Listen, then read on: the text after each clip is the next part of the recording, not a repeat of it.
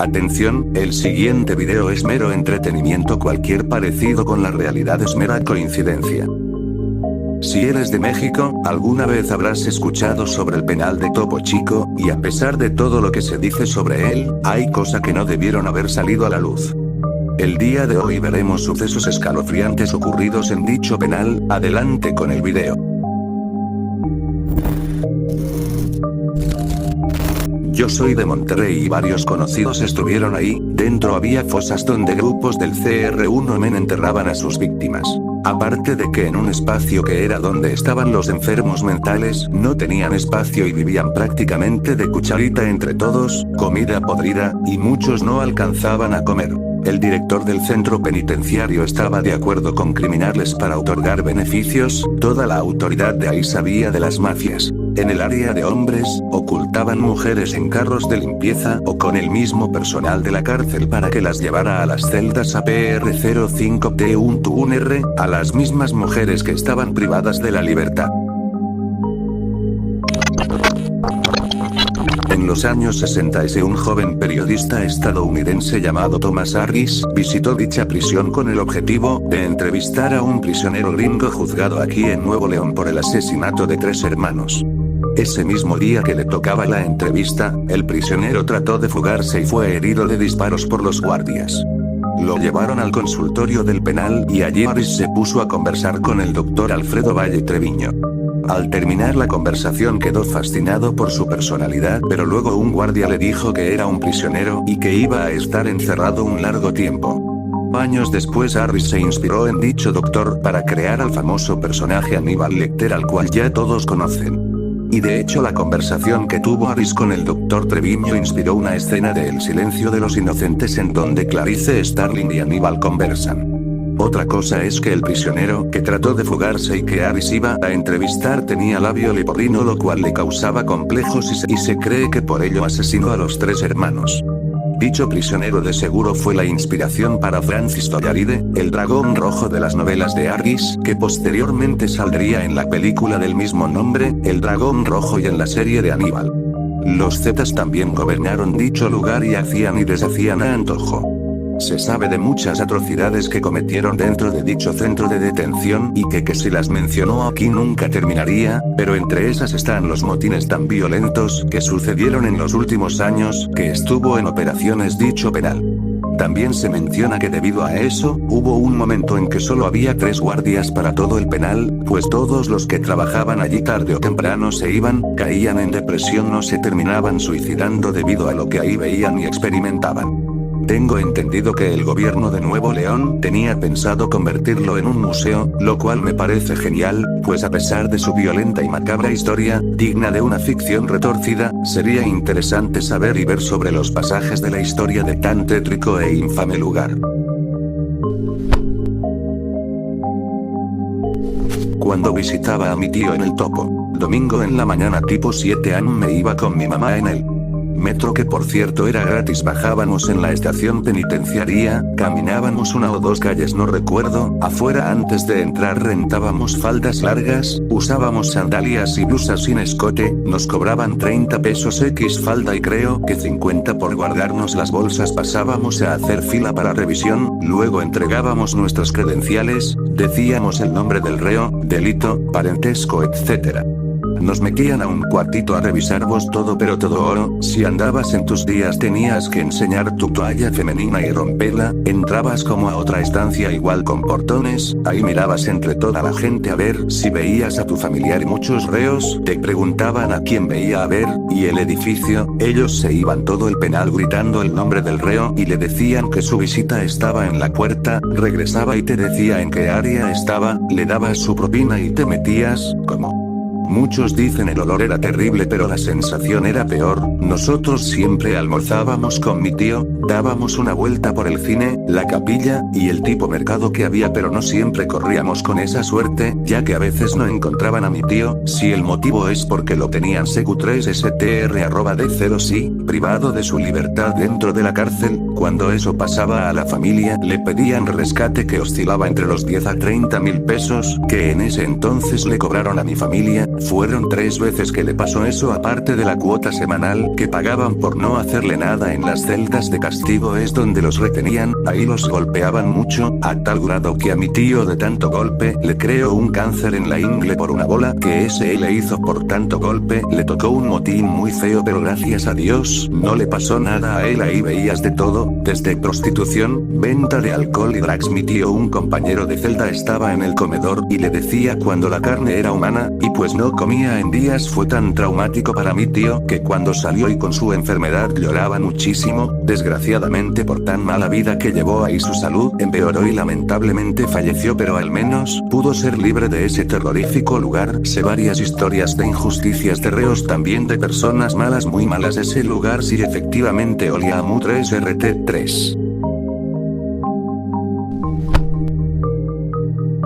Cuando fui al recorrido de la exposición del penal antes de que lo demolieran, pues todo iba bien, era interesante. Nos pasaron al cine donde decían que juntaban a los hombres y mujeres y nos pusieron un vídeo del Bronco hablando sobre el penal y los motines que hubieron en él. Después nos enseñaron el altar a la muerte, estaba muy creepy, jajaja. Luego las celdas que tenían como varias literas y pasamos enfrente de la celda donde tenían cruelmente a las personas con enfermedades mortales y obviamente estaba acordonada, pero estaba súper turbio. Al final del recorrido nos llevaron hacia las celdas donde supuestamente encerraban a personas de alta peligrosidad, que fue donde estuvo Rodrigo Medina encerrado 1 hora, y estuvo también ahí hace mucho tiempo el doctor, que fue inspirado para la película de Aníbal Lecter. Era un pasillo y había 2 pisos, o sea con celdas arriba y abajo. Varias de las paredes estaban pintadas con dibujos de muertes, frases alabando al diablo, etc. En algunas había fotos de personas, me imagino que familiares de los reos y cosas así. Cuando terminamos horrible de cabeza, me faltaba el aire y me mareé bien cañón, como si se me hubiera bajado la presión, y como fui con mi hermana, a ella también me pasó lo mismo. Nos sentíamos muy mal, duré así como 2 o más horas, me sentía muy mal. No recuerdo a quién le platiqué y me dijo que ahí mucha gente murió, mucha gente mató y cargaban con cosas muy malas, con energías muy pesadas, y tal vez agarramos esas vibras mi hermana y yo, lo cual sí era lógico porque terminando ese pasillo nos sentimos horrible. Pero bueno, estuvo muy interesante y obvio. Nunca nos enseñaron las celdas donde había gente muy poderosa, nos enseñaron así por encimita. Soy de Monterrey y estudié Derecho, y uno de mis maestros fue el abogado de los directores del penal cuando sucedió lo del motín. Él nos enseñó los vídeos de la noche de la trifulca y eran impactantes. Al principio se veían que después de las 10 p.m. estaban algunos reos afuera hablando y haciendo una junta. Él mencionaba que a esas horas ya debían de estar en sus celdas dormidos, incluso que los directores reportaron que posiblemente habría una huelga o un motín en la cárcel. Después se observan cómo se comienzan a pelear los reos, se ve que rocían combustible y comienzan a quemar el teatro y otros edificios cuando mucha gente se encontraba adentro. De ahí se pasan muchos al comedor y la cocina y golpean a otros reos con palos e incluso objetos punzocortantes. Después se ven cuerpos ya sin vidas tirados, e incluso algunos vivos, y los seguían pateando si estaban vivos. Luego los remueven a otros lugares y estaba literalmente el suelo bañado de sangre. El piso era color amarillo y se pintó todo de rojo. Había muchos charcos de directores. Desde las 10 ya habían reportado al grupo antimotines y nadie les había hecho caso. Fue hasta como las 3 o 4 a.m. que arribaron, ya cuando todo había terminado. En ese tiempo yo me encontraba haciendo mis prácticas profesionales en la procuraduría que estaba ahí en ese penal, y me tocó escuchar que muchos familiares de reos decían que meses antes habían cambiado a los celadores y habían traído a personal del estado de Hidalgo que los trataban muy mal y no estaban contentos los reos. También contaban que los viernes en la noche ingresaban grupos de músicos y cariñosas en limusinas y no había nada de control ahí más que el de los capos que estaban ahí internados.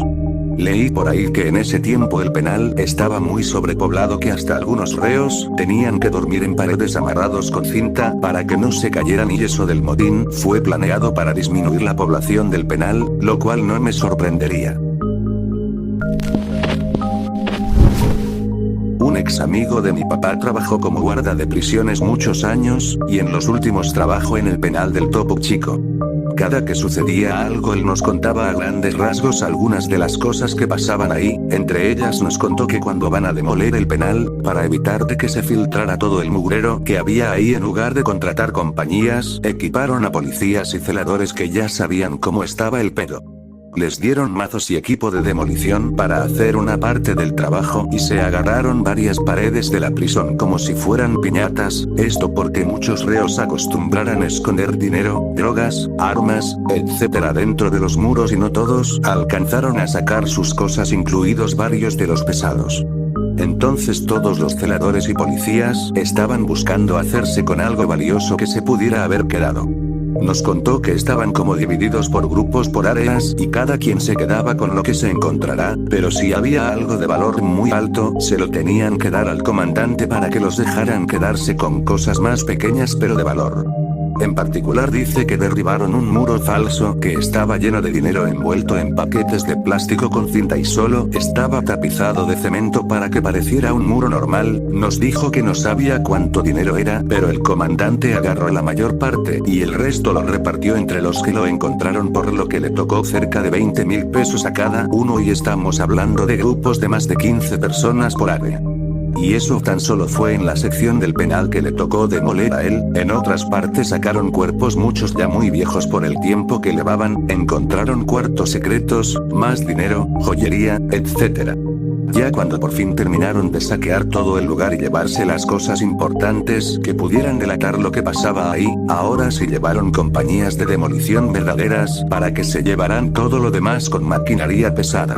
Y aún así nos contó que al partirse pedazos de bloques, columnas y retirar escombros encontraron muchas cosas más, y no más les recomendaron a los trabajadores que no dijeran nada.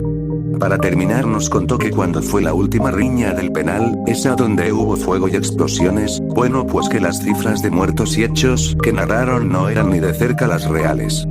Hubieron decenas más de muertos adentro de los edificios, y ocultaron todo para no dar la sensación a la población de que el gobierno no tenía el control de ese lugar, cosa que era verdad, y así evitar manchar la imagen del gobierno de ese entonces.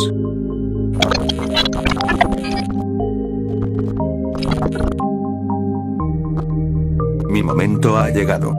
Los que somos de Nuevo León recordarán el último motín que se hizo en el penal. Esa ocasión yo trabajaba en gobierno y pues me tocó ir a apoyar, pero no me tocó ver casi nada de lo que en realidad pasó, porque cuando a mí me llamaron para que fuera a apoyar ya tenían controlada la situación.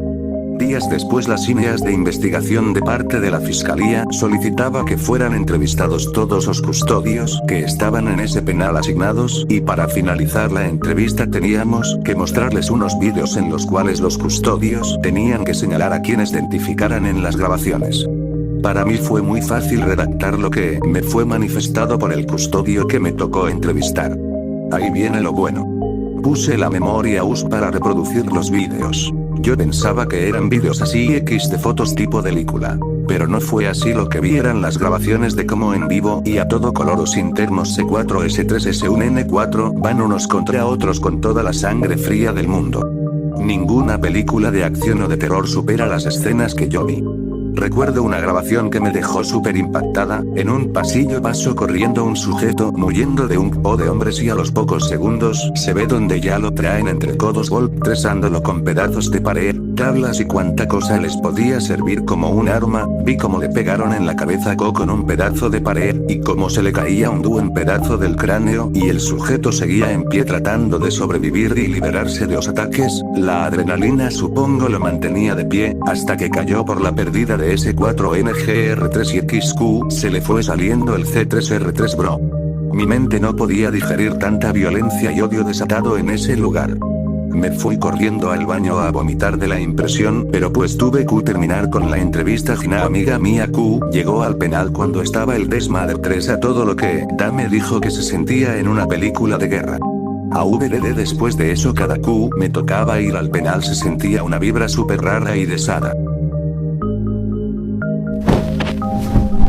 Un dato curioso es que en esa cárcel se encontraba el pasante de medicina Alfredo Ballí, el cual descuartizó a un joven con un bisturí. Él fue una inspiración para Thomas Harris para crear el personaje de Aníbal Lecter.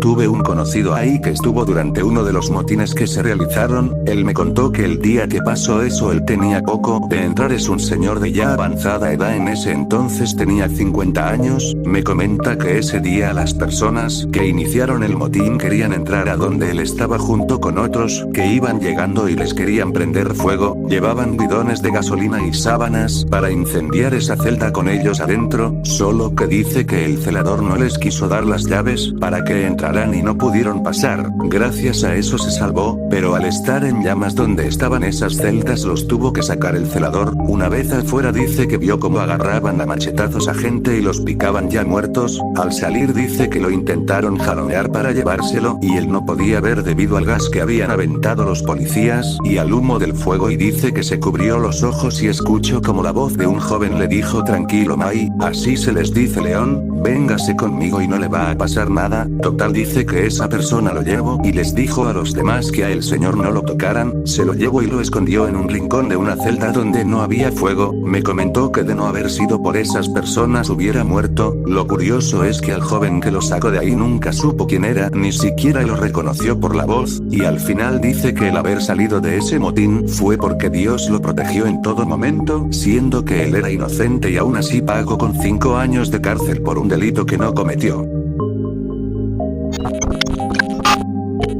Miré un documental de una presa que era muy conocida en el penal, la pelirroja, la cual sacaron del penal y la colgaron en un puente de Monterrey. Y el trasfondo de la historia de la pelirroja está muy turbio, de cómo pasó a ser una hija en una familia acomodada de Monterrey a jefa de una célula criminal que se dedicaba a secuestro 4R, también como la violaron entre varios hombres dentro del penal y como la prostituí 4N, la quemaron, la picaban con agujas de personas que vivían con /SIDA, hasta que una celadora le ayudó a escapar y esa misma celadora apareció descuartizada 4 semanas después.